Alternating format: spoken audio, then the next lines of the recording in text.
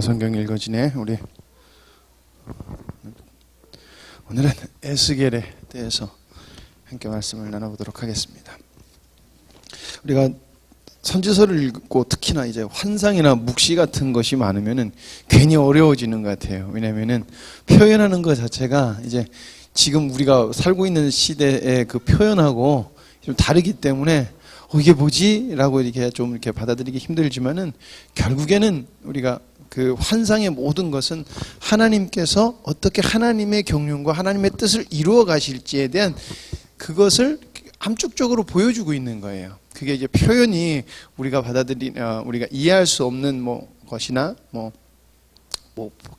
보면은 약간 환상이라는 것은 약간 판타지적인 이런 것도 있는 것처럼 이렇게 그러니까 그런 모습으로 그려지기 때문에 그렇지만은 결국엔 하나님께서 어떻게 예수 그리스도를 통하여서 하나님의 일을 이루어 가시고 하나님의 사랑하는 아들들을 얻으신 하나님을 닮은 예수 그리스도를 닮은 아들들을 얻으시는가, 신부를 얻으시는가, 백성을 완성해 나가시는가, 이거에 대한 것이 그 예언서에 있는 중심이라는 거예요. 그걸 누구한테 말해주느냐? 폐역해서 지금 하나님의 말씀을 떠나고 있는 자들에게 하나님께서 말씀해 주시는 거다라는 것으로 보면은 예언서가 복잡한 것이 아니라 되게 하나님의 말씀이 집약되어 있는 아주 귀한 책이구나 이렇게 보시면 될 것 같아요. 그래서 환상 같은 거를 보면 이렇게 참 이렇게 머릿속에 안 그려지잖아요. 근데 참 하나님은 감사하게도 그 그림을 잘 그리는 사람들을 이렇게 만들어 재능을 주셔가지고 그래서 오늘은 사진을 좀 이렇게 같이 이렇게 제가 봤을 때 이 이미지하고 제일 비슷한 걸 제 나름대로 이렇게 찾아서 이렇게 붙여봤어요. 그래서 보시면서 여러분들 함께 또 이해 나누시면 또 더 도움이 되지 않을까 싶습니다. 자, 참 재밌는 게 다니엘은 왕족 출신이에요. 제가 이렇게 성경을 준비하다 보니까 왕족 출신인데 다니엘에게 보여주는 환상은요, 장차 왕국의 흥망성쇠로 보여줘요. 결국에 그리고 하나님의 나라를 보여주는데 다니엘 출신이 왕족하고 귀족 출신이라는 거예요. 근데 에스겔은 출신이 어디냐면 제사장이에요.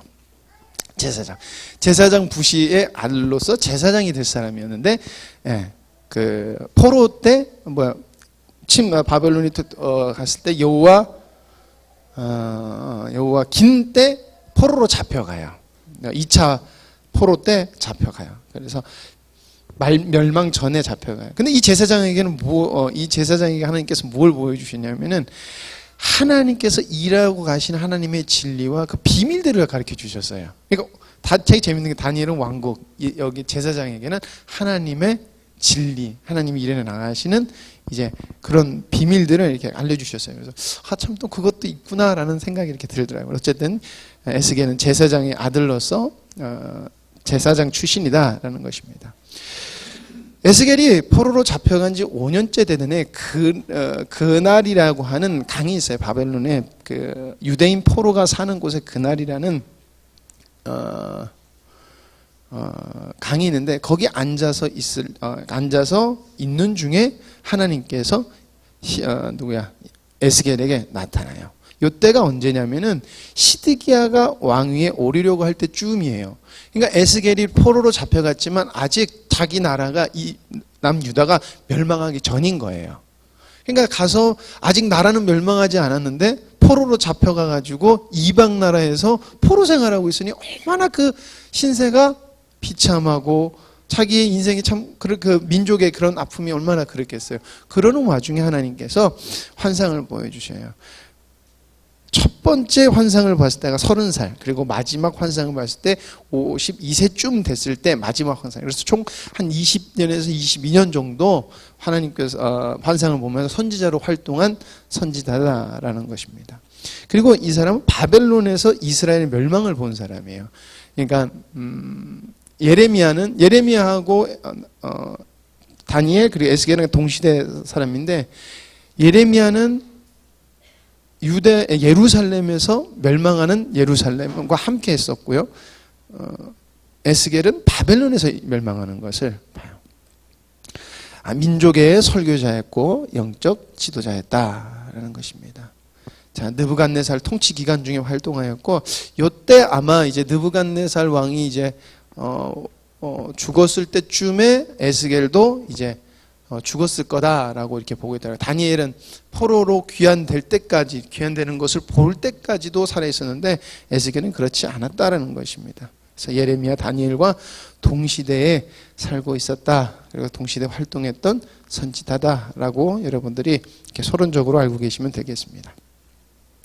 에스겔의 메시지는요 이렇습니다. 1장에서 24장까지는 크게 예루살렘 성 멸망이 임박했다라는 거예요. 그러니까 포로로 아직 멸망하지 않은 상태에서 잡혀가서 하나님께서 이스라엘이 멸망할 거라는 것을 확인시켜 주시는 거예요. 그 말씀이 24장 예루살렘의 성이 멸망이 임박했다라는 것이에요.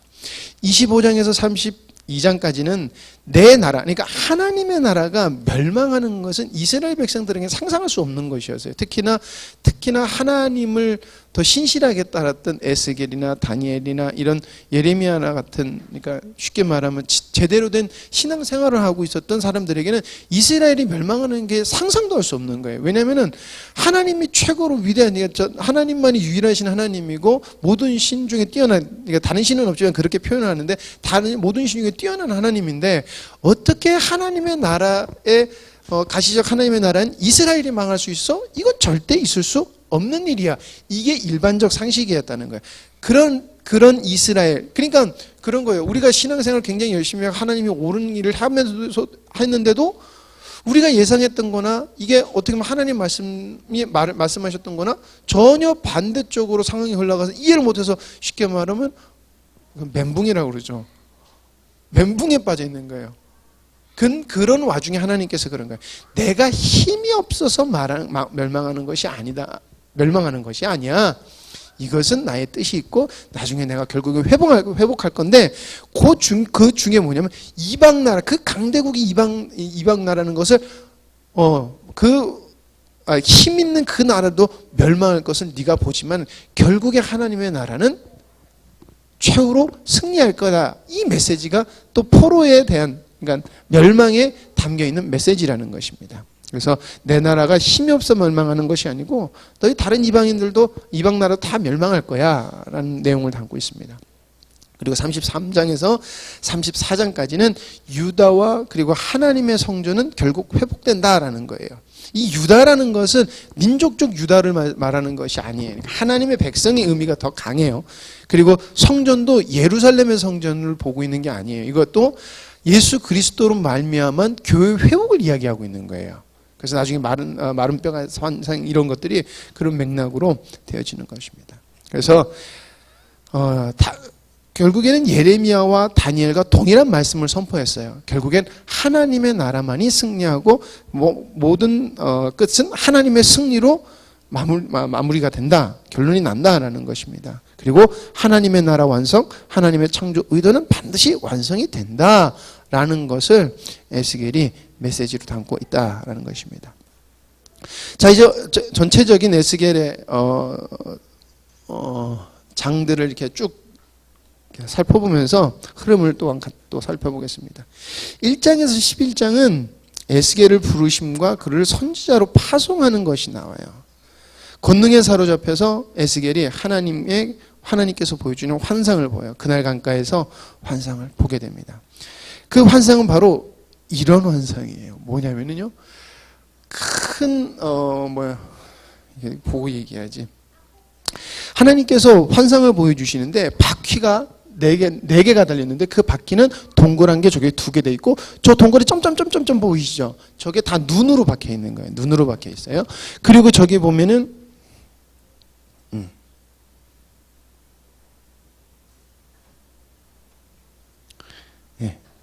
이게 뭐냐면은 사람의 모양, 독수리 모양, 그리고 사자 모양, 소 모양, 그리고 총 4가지 얼굴이 내면을 싸고 있어요. 이거를 뭐냐면은 가장 지혜롭고 가장 힘세고 가장 용맹하고 이런 것들을 상징하는 거라 그래요. 근데 그것이 4개 합쳐져서 받치고 있어요. 네모난. 그리고 그 위에 아주 빛이 나는 보좌, 그러니까 의자가 있고 그 위에 빛나는 형상이 이렇게 있어요. 이게 무엇이냐면은 하나님의 보좌, 하늘에 계신 하나님의 보좌를 이렇게 환상으로 보게 된 거예요. 이게 이거를 어떤 사람이 설명해 하나님의 왕의 전차를 본 것인데, 하나님이 인간에게 직접적으로 나타내신 적은 없지만, 그러니까 환상으로 나타나시지 직접적으로 나타나시지 않는데, 나타나실 때 몸소 나타나실 때 쓰는 그런 모습이고, 그 단어를 카포드라는 단어를 쓴대요. 이게 뭐냐면 신비롭고 놀랍다라는 말을 쓰는데, 그 지금 현상을 지금 보고 있다는 거예요.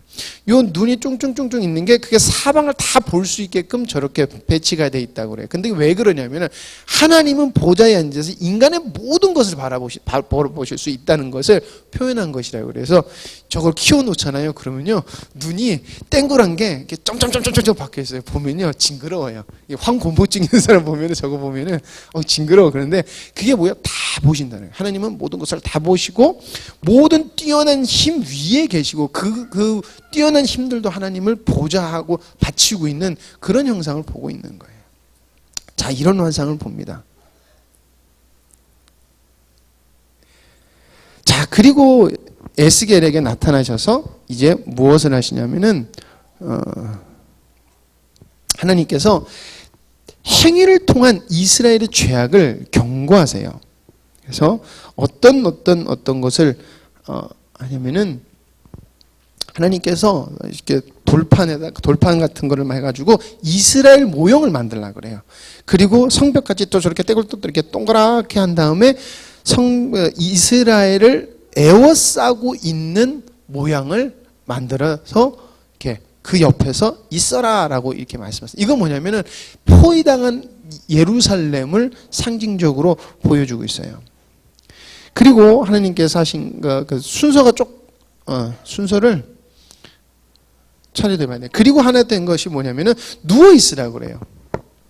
왼쪽으로 누워서 390일, 오른쪽으로 누워서 40일 이렇게 있는데, 뭐냐면은 왼쪽으로 누워 있는 것은 북이스라엘의 멸망에 관한 것이고요, 오른쪽으로 누운 것은 남유다에 대해서 멸망을 보여주는 것입니다. 그래서 세 번째로가 포위 당한 동안에 나중에 너희들이 예루살렘 포위당했을 때 더러운 음식과 나중에는 자기 자식까지도 잡아먹는 아주 비참함을 보여주기 위해서 에스겔에게 어떻게 하냐면 떡을 구워 먹을 때 그냥 인분, 그러니까 사람 똥을 불 붙여가지고 태워서 그 태운 불 가지고 떡을 해 먹으라 그래요. 이것은 뭐냐? 바로 더러운 멸망 때 이스라엘이 당한 아주 비참함을 보여주고 있는 거예요.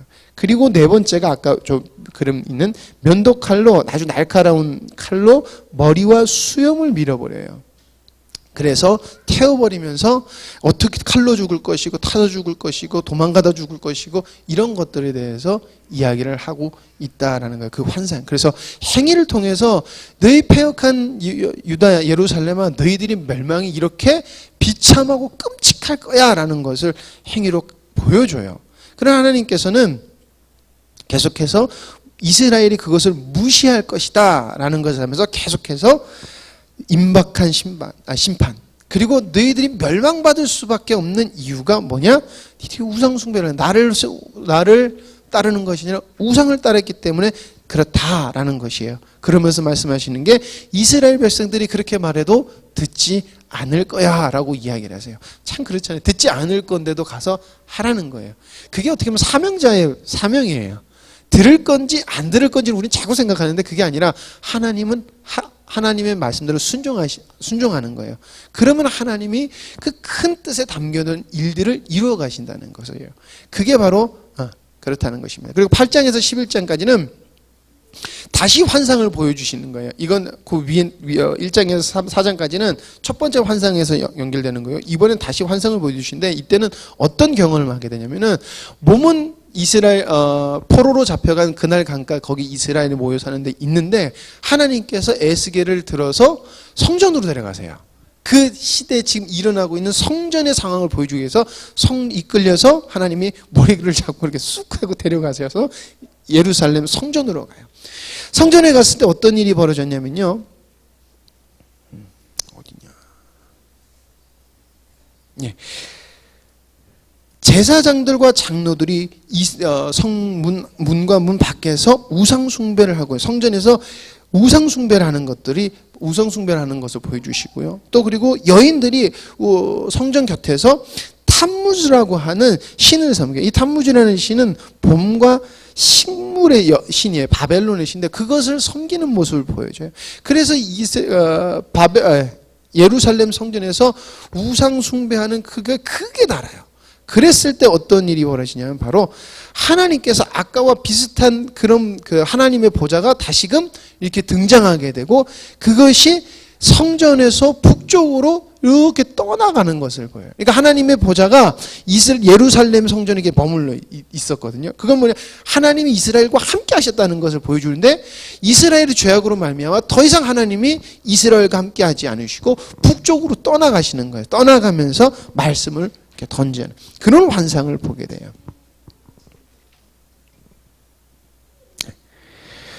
자, 하나님께서 떠나가심으로 그 이스라엘 백성들이 겪게 되는 건 무엇이냐? 바로 멸망하게 놔두신다는 거예요. 지금까지는 내가 너희들과 함께 있기 때문에 그래도 멸망하지 않았지만 이제 너희들의 죄악이 극에 달했기 때문에 난 너희들을 그 하나님께서 거기에 좌정하지 않으시고 떠나요. 그러기 때문에 이제 너희들이 멸망할 거야.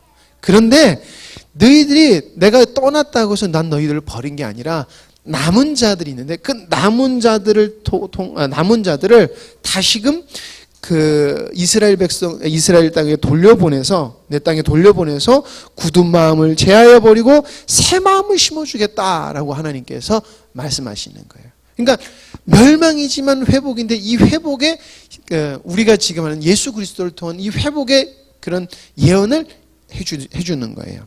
자, 그래서 11장은 두 가지의 뭐라고 설명해야 되지? 두 가지를 의미하고 있는데 첫 번째는 다가오는 심판이에요. 그래서 24장에서 33장까지가 심판받을 것에 대해서 쭉 얘기를 하는데 12장에서 24장에 심판에 다가오는 네 가지를 표현해요. 네 가지. 그 네 가지 표현은 무엇이냐면요. 타버릴 마른 가지라는 게 쓸모없이 돼가지고 태우는 데밖에 쓸모 없어진 나뭇가지를 보여줘서 결국 이게 타서 없어질 거를 말씀하세요. 그리고 반항적이고 음탕한 여인을 보여주시고요. 그리고 우리에 갇힌 사납고 위험한 사자, 아주 흉측하고 포악한 사자를 보여주세요. 그리고 두 명의 음란한 자매. 이것은 무엇이냐면 바로 이스라엘 백성들, 그러니까 하나님의 말씀대로 살지 못하고 하나님의 말씀을 저버리고 우상을 쫓아 살면서 결국에는 하나님의 백성으로서 아무짝에 쓸모 없어진 이스라엘 백성들과 음탕한 하나님과의 신부의 관계에서 음탕한 이스라엘, 그리고 하나님은 선하고 자비로우시지만 이스라엘 백성들은 그렇지 못했던 거, 그리고 또 음란한 자매를 보여주면서 이스라엘 백성들의 타락한 모습을 표현적으로 보여주세요.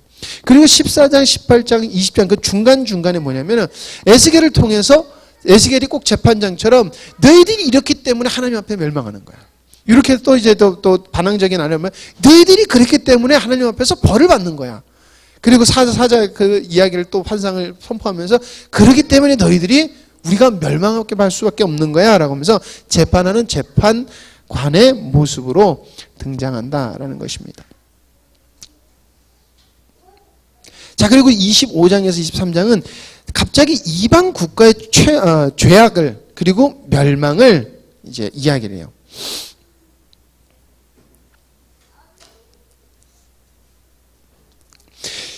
여기 등장하는 나라는 이스라엘을 둘러싸고 있는 나라들이에요. 먼저는 암몬, 모압, 에돔, 블레셋 요 나라들을 등장시키는데 왜 그 나라를 하나님께서 굳이 등장시켜서 그 멸망에 대해서 너희들의 죄악에 대해서 하나님께서 심판을 예언하시냐면은 이스라엘이 멸망했을 때 에돔하고 암몬, 모압 여기는 형제 나라예요. 그런데도 불구하고 이스라엘이 멸망할 때 굉장히 기뻐했어요. 야, 저 유다 망한다.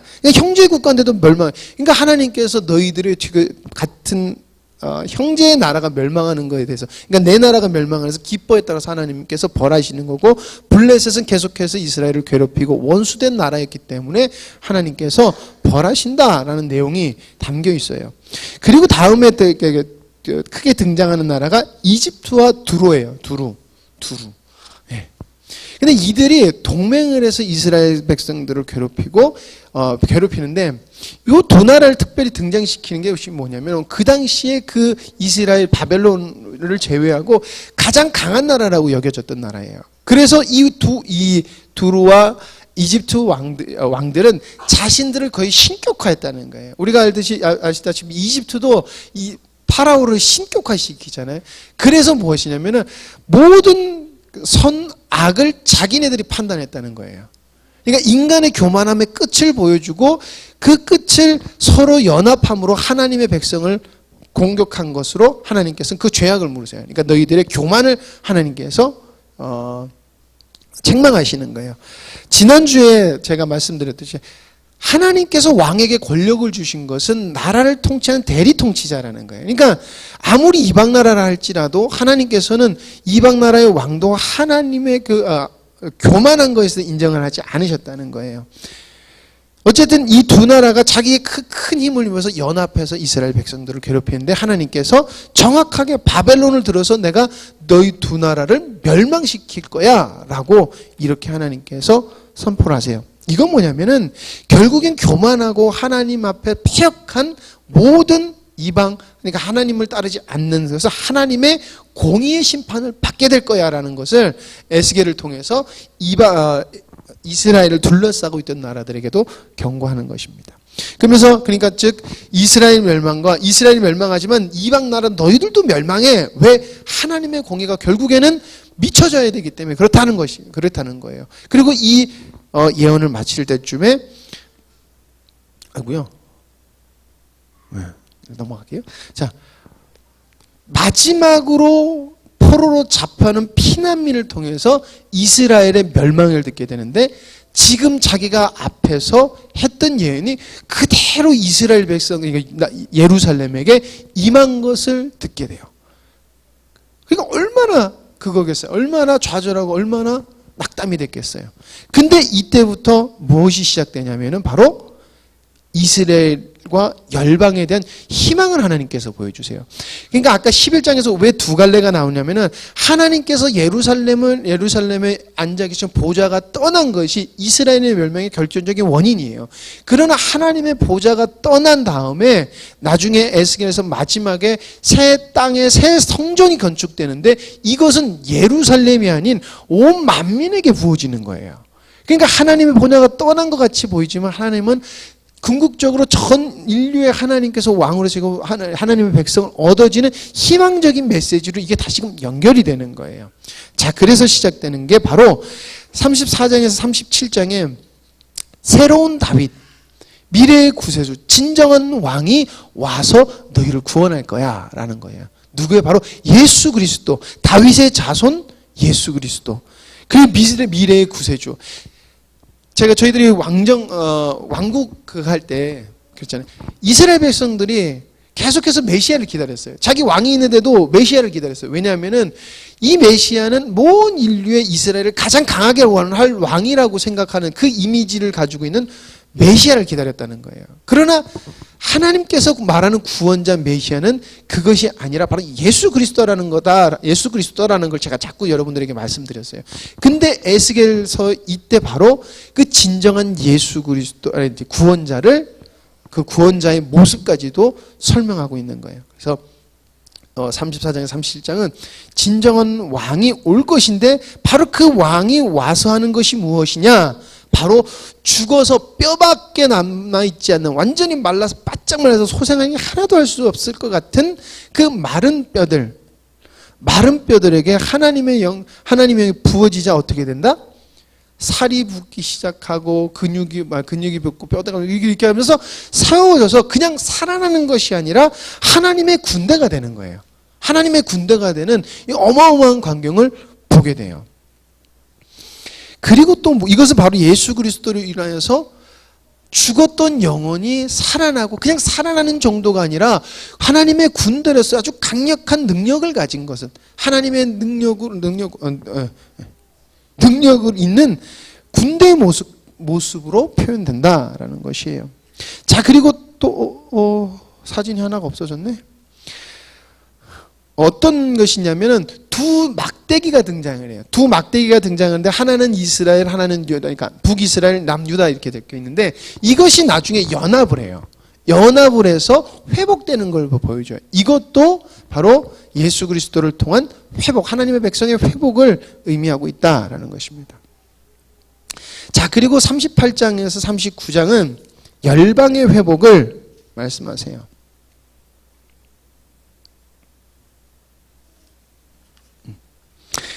그리고 열방의 회복을 통해 얘기하시면서 여기 뭐가 등장하냐면 곡이라는 것이 등장해요. 곡. 이 곡이 뭐냐면은 아주 강한 그 왕국을 이야기하는 거라 그래요. 고대 왕국 족보에서 유래된 거라고 이렇게 얘기를 하는데 곡이라는 쉽게 말하면 나라라고 이야기해요. 그러니까 이 곡이라는 이 나라가 하나님의 나라를 핍박하고 하나님의 백성을 핍박하고 죽이고 이런 일들을 하게 돼요. 그러나 결국에 하나님의 공의가 곡에게 먼저 그 곡이라는 7 국가와 동맹을 맺어서 하나님의 백성, 하나님을 대적하고 하나님의 백성을 파멸시키려고 막 공격을 해요. 근데 하나님의 공의가 그 곡에게 부어져서 심판을 당하게 되는데 곡과 곡 군대가 지진으로 소멸하고 불로 타서 소멸하는 이런 환상을 보여주면서 결국에는 하나님께서 승리하시는, 그래서 하나님의 군대가 와서 그러니까 하나님의 나라를 대적하는 그 무리들을 싹 쓸어버려서 최후 승리하는 모습을 보여주는 거예요. 이것은 인간들을 무너뜨릴 악을 하나님께서 어떻게 쓸어버리시고 심판하시는가라는 것을 보여준 거예요. 이게 계속해서 이렇게 세대주의나 이런 사람들은 이걸 진짜 어떤 나라의 등장 뭐 이런 식으로 보는데 뭐 그런 것도 아니지는 않아요. 그러나 이것은 죄를 어떻게 하나님께서 쓸어버리시는가라는 것을 보여주고 있어요. 그리고 하나님의 새로운 피조물의 길이 열린다는 거예요. 그러니까 새 생명을 얻은 하나님의 새 생명을 얻을 백성들의 길을 열어주는 것을 또 말하고 있다라는 것입니다. 그리고 악은 결국 열방 가운데서 하나님의 심판을 받고 하나님의 임재가 하나님의 백성과 하나님의 성전에 회복될 것을 이야기하고 있습니다. 그것이 구체적으로 그려지는 게 바로 새 땅, 새 성전이에요. 새 도시라고 있는데 자, 그래서 에스겔에게 하나님께서 성전을 보여주세요. 성전이 다 건축되어 이런 걸 보여주시는데 요게 솔로몬의 성전이에요. 요게 솔로몬의 성전이고요. 요게 성막이에요. 그리고 이게 헤롯 왕 때 회복됐던 예수님 시대 때 성전인데 옆에 있는 이 갈색으로 되어 있는 이게 바로 에스겔이 본 성전이에요. 근데 재밌는 것은 이 성전을 하나님께서 이게 회복되는 것을 보여주고 세워지는 것을 보여주시는데 이거 예루살렘에 등장한다는 말을 하지 않으세요. 이런 것이 세워질 거다라고만 이야기를 하고 있어요.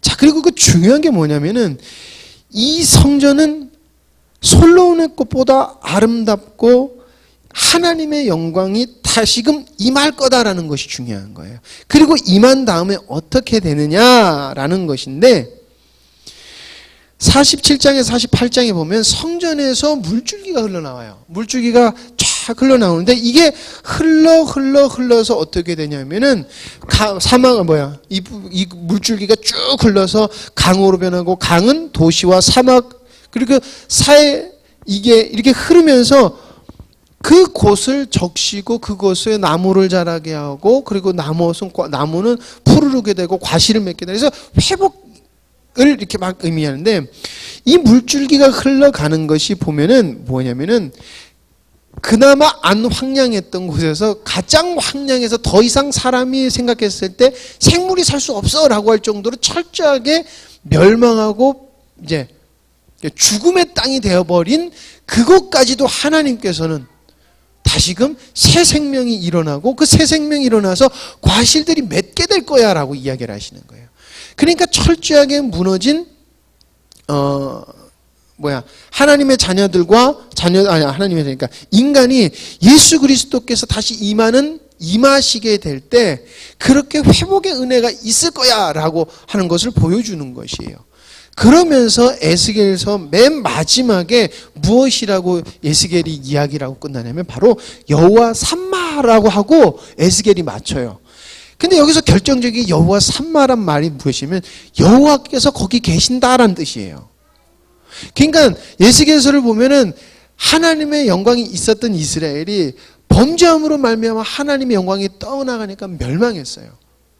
그러나 하나님께서는 다시금 하나님의 약속 언약을 지키셔서 새 메시아를 보내셨고 하나님께서는 그 메시아를 통해서 하나님과 교통할 수 있는 하나님께 회복할 수 있는 회복의 은혜를 주시고 하나님께서 다시 그 안에 거하시니까 어떤 일이 벌어지느냐?